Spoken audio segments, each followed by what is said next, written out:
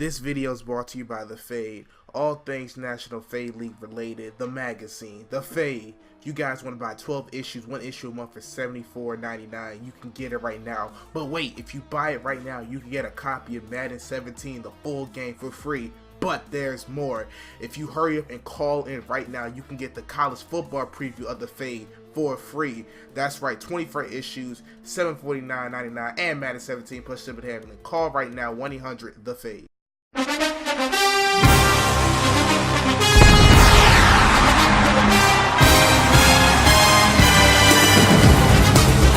Hi YouTube, I am Ezekiel Powers, back again with another episode of This Week on Sportscenter, week number 8.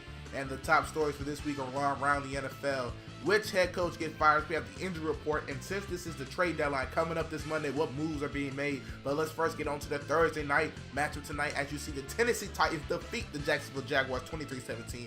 Blake Bortles against his former team, first time since the Mariota Bortles trade this year, had 219, 2 interceptions, but did have a rushing touchdown. Corey Coleman, 11 receptions, 69 yards.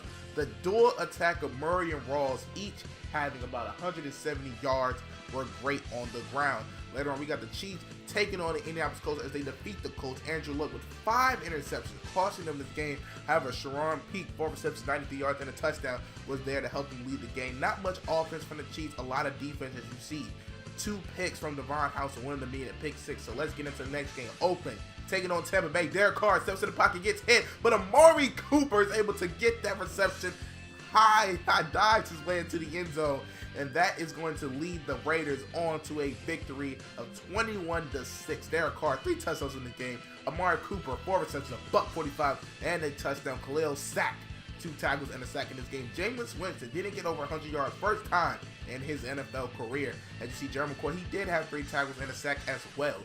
Moving on to the next one, we have the New Orleans Saints losing, getting demolished by the Seattle Seahawks as Russell Wilson, top MVP candidate, looks like, 359 yards and 4 TDs. Look at Tyler Lockett, 5 receptions, 197 yards and 2 touchdowns. Jimmy Graham, 5 receptions, 119 and 2 touchdowns as well.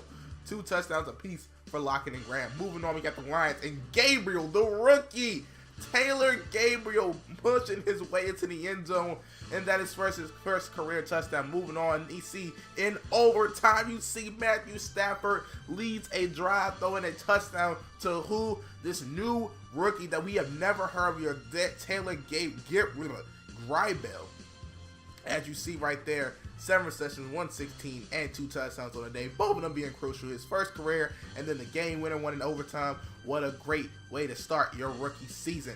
Anyway, you see right here, the New York Jets losing again to the Cleveland Browns. You see Ryan Fitzpatrick, 4 interceptions this game.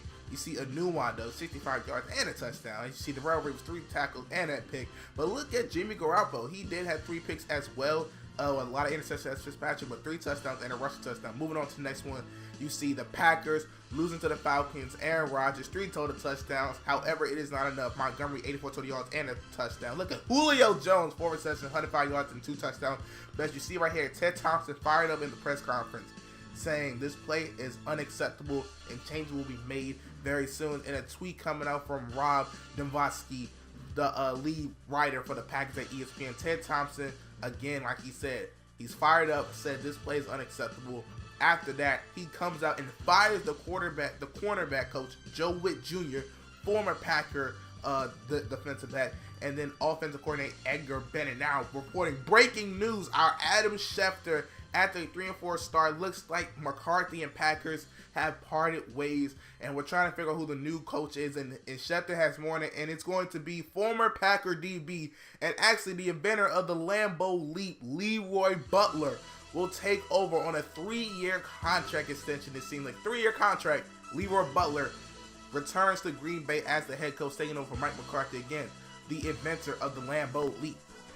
Moving on to the next one, as you see right here, New England Patriots taking on the Bills as they win by 3, 21-18.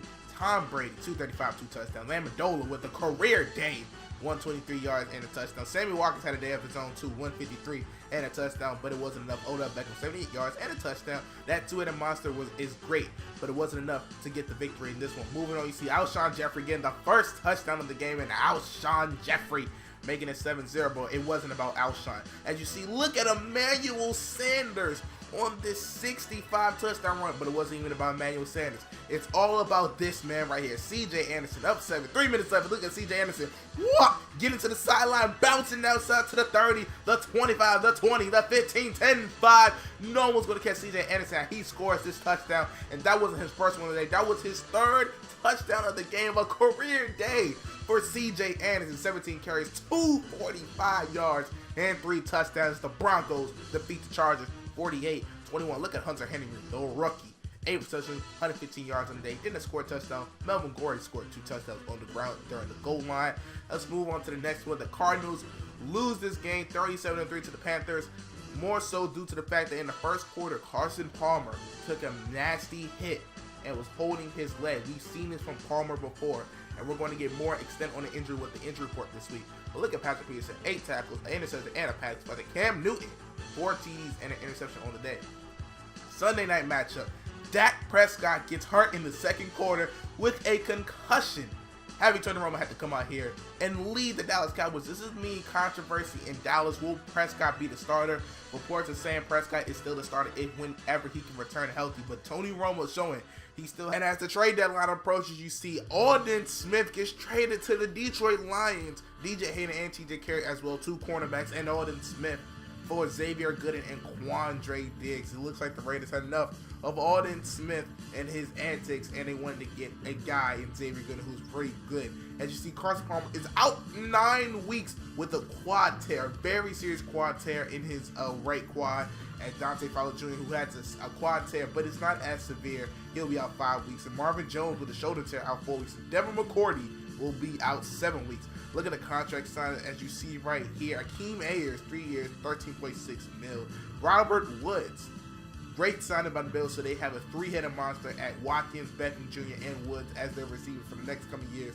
3 years, $13.8 million. Look at Chandler Jones with a 5-year, $33.9 million. Well, guys, these are your prime time players for week number 8. Hope you guys enjoyed this. More NFL, more highlights, more prime time players in the next episode. This is Ezekiel Powers, and I'll catch you guys on the next one. Peace.